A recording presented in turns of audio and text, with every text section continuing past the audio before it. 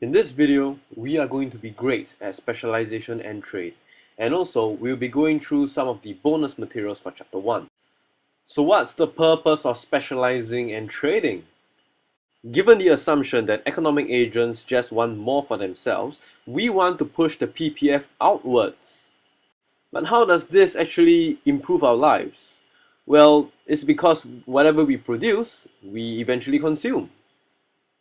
When we have consumption, what we gain is utility, and utility is simply a measure of happiness, and some people actually call this satisfaction. We will go through more about utility towards the end of this video. So when we talk about pushing the PPF outwards, what we're trying to achieve is this. As you can see, these red lines go up higher and higher. So our goal is to push the PPF towards the northeast region of this graph. So when it comes to trading, it actually involves, of course, two parties. And to begin with a very simple example, let's just take economy A and economy B. And in our very simple example, we are just going to assume that both economies only have one type of resource. So take economy A for example, they can either produce 10x or 20y. As for economy B, they can produce either 5x or 30y. So given this information, the first thing that we should ask ourselves is, when exactly does trade occur? And the answer is simply two words. There must be a comparative advantage in production. Deductively, this means that one economy is better at producing a particular good. So for example, if economy A has got a comparative advantage in producing X, and economy B has the advantage in producing Y, this means that economy A should just produce X, nothing else but X, so therefore they specialize in the production of X. As for economy B, they produce nothing else but Y. So that's specialization. So economy B is going to just produce X and trade it with economy B in exchange for Y. And there you have it, that's trade. So how do we identify who has a comparative advantage in what? We simply look at the opportunity cost of production. Obviously, if you produce something at a lower cost, you have an advantage. So we are going to take a look at what it costs economy A and economy B to produce good X and good Y. Let us begin with the graphical approach to this problem. So I'm going to draw the PPS for both economy A and economy B. Now to produce X, I know that I have to give up 20 units of Y for 10 units of X. So that gives me 2Y per X. The opportunity cost of producing X for economy A is simply 2Y per X. As for Y, the same method applies. So we have half X per Y. Here's a little tip to make life easier. To get the opportunity cost of Y, you simply just have to invert the opportunity cost of X. Inverting 2 gives me half. So now we move on to economy B. Using the same method, we see that the opportunity cost of producing X is 6Y per X. And using the tip, like we saw in the previous example, we are simply just going to invert 6. So I'm going to get 1 over 6x per Y for the opportunity cost of producing Y. We will now identify which economy is better at producing X. So if you compare 2 and 6, obviously economy A produces X at a cheaper price. And looking for Y, we see that economy B produces Y at a lower cost, since 1 over 6 is lesser than half. So we say that economy A has the comparative advantage in producing X, and economy B has the comparative advantage in producing Y. Therefore, economy A should specialize in the production of X, and as for economy B, specialize in producing Y. And then economy A gives economy B X in return for Y. So from this very simple example, you have understood the mechanics behind specialization and trade. And just like how a buyer and a seller negotiates on price, we have to identify what are the terms of trade between economy A and economy B. Simply, it is how many X for how many Y, or how many Y for how many X. So the terms of trade is simply the international price that is agreed between economy A and economy B. Of course, there's some bargaining involved, but the international price has to be more than the opportunity cost of the specialist. Well, I mean, the logic behind this is simple. When I sell something for a price that is higher than my cost, well, obviously I'm going to get some profit or some form of gain, right? And something else that's obvious is that the international price has to be lesser than the opportunity cost of the trading partner. Why should I buy something when I can produce it cheaper? So when my opportunity cost of producing something is lower than the international price, it will be cheaper for me to buy the good than to produce the good itself. So let's just get our key figures in front of us so that it will be easier for us to identify what the international price is going to be. Oh man, sometimes I wish I just write faster. So if we quote the price in terms of x, basically the amount of y has to be in between 2 and 6. So I'm just going to come up with a figure, maybe say 4. So this quotation in terms of x has to satisfy the quotation in terms of y as well. So if I'm going to invert this, I'm going to get 1 over 4. And you are going to realize that 1 over 4 lies in between half and 1 over 6. Therefore, the international price of 4y per x or quarter x per y is good because this satisfies both economy A and economy B. So let's recall our purpose for two economies to specialize and trade. Well, we agreed that it is to push the PPF outwards so that we can have higher utility. I will use a graphical approach to illustrate to you what the new PPF looks like. So let me just very quickly draw the original PPFs, and we agreed that economy A will only produce 10x since they specialize in that, and economy B will only produce 30y. And also, we agreed that the international price is going to be either 4y per x or 1 over 4x per y. So, if economy A is going to produce only x, so he's going to have 10x, right? He's going to trade all of that x over to economy B. So what he gets is 10x multiplied by 4y. So in the end, he's going to get 40 units of y from the trade. So that's why economy A can have either 40y or 10x. So there you have it, the new PPF. For economy B, if they are only going to produce y, that means they got 30 of these to trade over to economy A. So they can get a total of 30y multiplied by 1 over 4, which is, alright, I think I need to do a bit of calculation over here. Let's see, alright, so I'm going to get 7.5x. So I either have 7.5x or originally 30y. So I have my new PPF now. As you can see, both economies are better off because they have achieved the goal of specializing and trading, which is to push the PPF outwards. And as we agreed, when you produce more, you consume more, therefore high utility. So now we go on to the bonus stuff for the PPF chapter. So some of the scenarios that can occur is when technology progresses. Let's take a look at what the scenario used to be. So in the previous example, 1 unit of labor could produce either 1 unit of X or 2 units of Y. So you see, it's an or issue. When it comes to capital, it's either 3 units of X or 1 unit of Y. So what is the technological progress over here? What happens is that now 1 unit of labor can produce 1 unit of X and 2 units of Y. And a capital can produce 3 units of X and 1 unit of Y. So you see, it's no longer or, it's now and. So what is the new PPF going to look like in this case? So how I'm going to approach this is that I'm going to focus on one good first. And then I'm going to identify which is the more expensive resource to produce that particular good. And the reason for this is that I'm going to use that particular resource the last to produce that good. And then I'm going to shift that particular resource constraint to show that I have used that particular resource to produce only that particular good. So let me just quickly draw out my x and y axes with the two original constraints that we see here.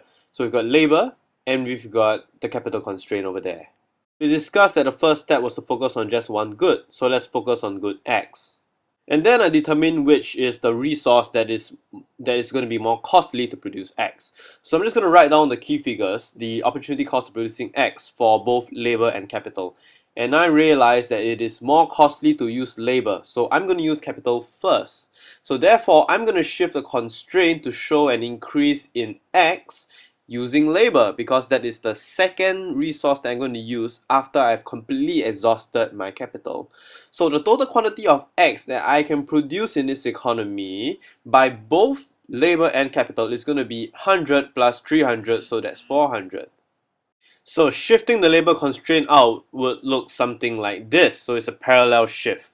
And of course, the maximum amount of Y that labor can produce is 200. So therefore, I've marked that figure out. Now the only thing left to do is to shift the capital constraint vertically upwards. And the total units of Y will be 200 plus 100, which gives me 300Y. And since the total number of X that capital can produce is 300, this makes that king's portion over here 300X and 200Y.